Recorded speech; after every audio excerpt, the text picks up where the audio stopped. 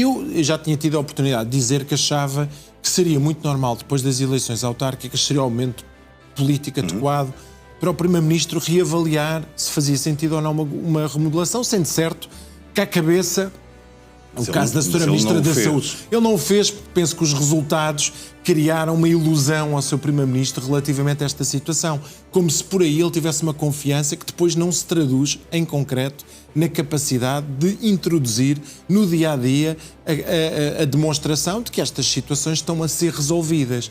E há uma dúvida generalizada. Aliás, vimos na Assembleia da República os debates, a dúvida é generalizada sobre se a Ministra tem ou não tem capacidade. E, portanto, realmente as remodelações também servem? Eu penso que não. Aliás, vamos falar agora do desafio que foi lançado pelo Sr. Presidente da República, e eu acho que seria impossível que esta Ministra, com pouca autoridade que tem e que vai perdendo, que seja uma pessoa com força suficiente para levar uma agenda reformista. A verdade é que todos nós sentimos que ainda não foi desta que a Sra. Ministra perdeu a confiança política, mas não faltará muito e, portanto, não é propriamente uma personalidade no seio do Governo que nós sentimos que tem uma força, que tem uma agenda, que tem uma capacidade para explicar-nos a todos quando é que isto para, quando é que estas situações, de alguma maneira, se começam a restabelecer em termos de normalidade. E a verdade é que nós não temos essa sensação. Eu não digo que um Ministro seja responsável por problemas técnicos desta natureza, mas quando são tantos e é tão frequente e nós temos que supostamente nos falam como se nós é que tivéssemos que nos habituar a este novo normal, eu acho que nós temos que pôr em causa realmente a condução política desta pasta setorial. Portanto, para si será sempre uma Ministra a curto prazo, a bem do Governo? Eu acho que a própria se sente neste momento nessa situação. E essas são as notícias que nos vão chegando, que Ana Paula Martins já terá colocado o seu lugar à disposição. Vamos à hora de ponte, falar precisamente desse desafio que foi lançado pelo Presidente da República, depois de uma série de apelos e alertas. Ele, de resto, fez uma longa dissertação sobre o estado do Serviço Nacional do Serviço Nacional de Saúde. Houve alguma frase, aquilo que Marcelo Rebelo de Sousa disse, que tenha retido, que para si fizesse mais sentido naquele longo discurso? Eu penso que o desafio que o Presidente da República lançou é um desafio que devia ser levado a sério.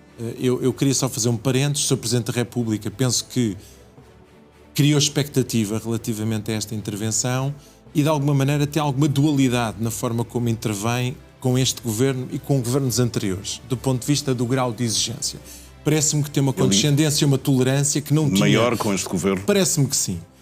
Ainda assim, independentemente desse contexto, eu acho que o desafio que é lançado, a possibilidade de haver um pacto de regime para reformas e para decisões difíceis, nomeadamente no Serviço Nacional de Saúde, deveria ser aceito, desde logo pelo maior partido da oposição, pelo Partido Socialista. Há um conjunto de temas que são recorrentes, que nós mudam os governos e que nós continuamos com esses temas na agenda e que, na minha opinião, poderiam e deveriam ser alvo de um trabalho conjunto em que houvessem especialistas nomeados por neste caso pelo Governo ou por um partido, e outros por outros que debatessem. Vou dar alguns exemplos de alguns temas que são recorrentes, permanentes e que mereceriam uma abordagem que, se fosse conjunta e se a solução fosse apoiada por este espectro político, tinham uma solidez, obviamente, maior e que permitiriam essa tal confiança do ponto de vista das decisões. Alguns exemplos. O tema dos médicos de família. Nós estamos sempre a falar do objetivo de termos um médico por família, quando na realidade nós verificamos que é muito mais importante, se calhar, nós chegarmos à conclusão que precisamos sim de ter medicina familiar por família, independentemente de termos ou não termos, neste momento, médicos, porque não temos médicos suficientes para atingir este objetivo, e se calhar deveria haver um entendimento sobre a forma como se salvaguardava a garantia desta disponibilidade. A questão era termos a garantia de uma consulta e de acompanhamento médico no centro de saúde. Claramente. E, portanto, que tivesse depois a capacidade... se há um médico designado para aquela pessoa, para aquela família. E que existisse aquele acompanhamento que nos permitisse ter a segurança que o processo, independentemente de mudar de médico ou não, era acompanhado. Depois, outro aspecto, haver mais vagas de cursos de medicina em Portugal ou mais vagas de especialidade que não dependessem necessariamente da ordem dos médicos. É outra necessidade evidente. Nós falamos de governo para governo, legislatura para legislatura, e é preciso um entendimento de regime relativamente a esta matéria para que tenha força suficiente. Deve ser feito, obviamente, ouvindo a ordem dos médicos, mas deveria ser feito. É muito evidente. Imagino que a ordem dos médicos queira manter tem um certo grau de exigência manutenção de qualidade de ensino. Claro, nos todos nós queremos. Deve ser essa a questão. Claro, todos nós queremos, mas não deve bloquear o processo de abertura de novas vagas no ensino superior e de especialidade. Isso devia estar no campo da decisão política. Depois temos outro aspecto muito importante. Na OCDE apareceu recentemente um estudo que nos diz que nós temos em Portugal qualquer coisa como 14,1 de profissionais, nomeadamente no universo dos clínicos, que são oriundos de países estrangeiros. Ora, a média da OCDE é cerca de 21%.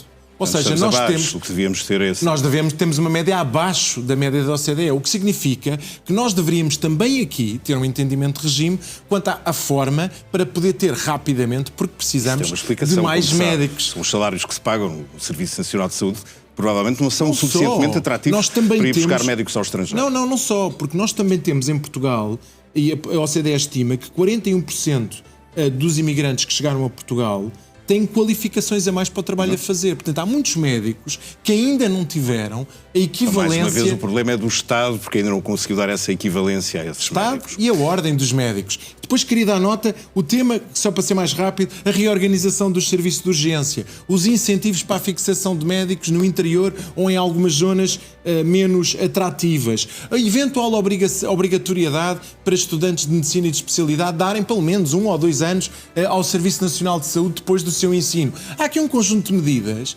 que exigiam um entendimento alargado e, portanto, eu acho que sim, deve ser levado a sério mesmo assim, o desafio do Presidente da República e deveria haver a capacidade, ainda para mais num contexto em que nós tivemos o Orçamento de Estado aprovado, em que não é um tema, temos espaço para trabalhar, devia ser uma matéria que está no topo das prioridades dos portugueses, que deveria ser imediatamente aceita. Esses são os temas que devem ser incluídos num acordo de regime sobre o Serviço Nacional de Saúde. A questão é que, sobretudo entre o PSD e o PS, surge muitas vezes uma questão ideológica relacionada com a discussão à volta do próprio Serviço Nacional de Saúde. Isso não será sempre um entrave a um acordo de regime? Não creio, para os temas que eu acabei de referir e que são as principais preocupações dos portugueses, não me parece.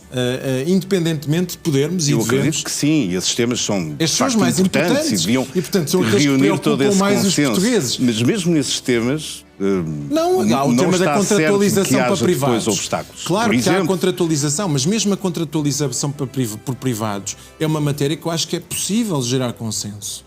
E, portanto, eu sinceramente não creio que nós neste momento faça sentido, como em todos os entendimentos, haverá matérias em que... Não quero que uma guerra ideológica possa ser um grande entrave a um acordo de regime sobre o SNS. Para um conjunto de matérias que são centrais, essenciais e que nós temos recorrentemente estado a discutir, não.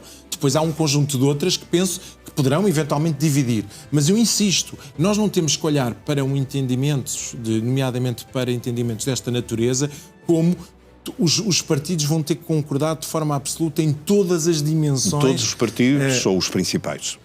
Os PSD, PS, eu, para mim, obviamente, que destaco o PSD e o PS como os partidos centrais para este entendimento. Porque me parece, na minha opinião, que depois são aqueles que permitirão, ao longo do tempo, estabilizar os resultados destas mesmas políticas. E era muito importante que acontecesse. Eu acho que é um desafio que devia ser aceito.